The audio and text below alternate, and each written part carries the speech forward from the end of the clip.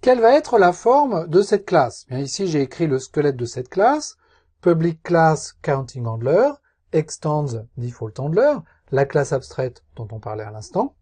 Et puis à l'intérieur de cette classe, j'ai besoin d'une méthode getCount qui va me retourner la valeur d'un champ count, donc private int count ici, et public int getCount return count. Si je me borne à écrire ce code-là, que je crée une instance de counting handler et que je le passe à mon parseur, évidemment, il ne va pas se passer grand-chose parce que cette propriété count, plus exactement ce champ count ici, n'est jamais incrémenté. Il faut que j'incrémente ce champ à chaque fois que je rencontre un élément ouvrant.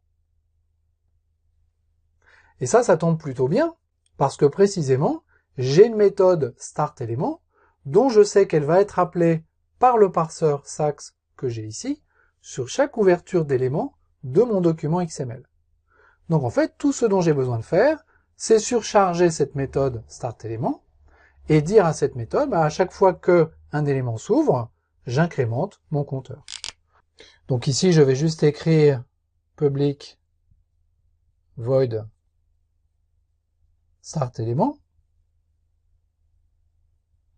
avec les paramètres qu'on a vus tout à l'heure et les exceptions qui sont jetées, de façon à ce que cette méthode surcharge bien la méthode correspondante dans default handler.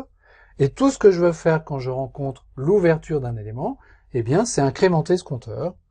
Donc, count, et les choses devraient fonctionner correctement.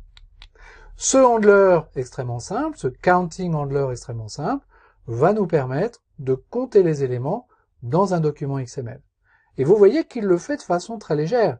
S'il avait fallu que je recrée un objet modèle en faisant du DOM et que je parcours l'intégralité de ce modèle objet pour compter les éléments, le code aurait été plus compliqué et j'aurais eu besoin de beaucoup plus de ressources, mémoire et calcul pour arriver au même résultat.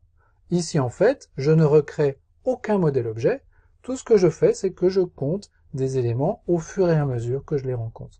Si j'avais un document XML de plusieurs gigas avec des millions d'éléments dedans, mon code aurait été le même et l'occupation mémoire de mon handler aurait été la même, c'est-à-dire extrêmement faible.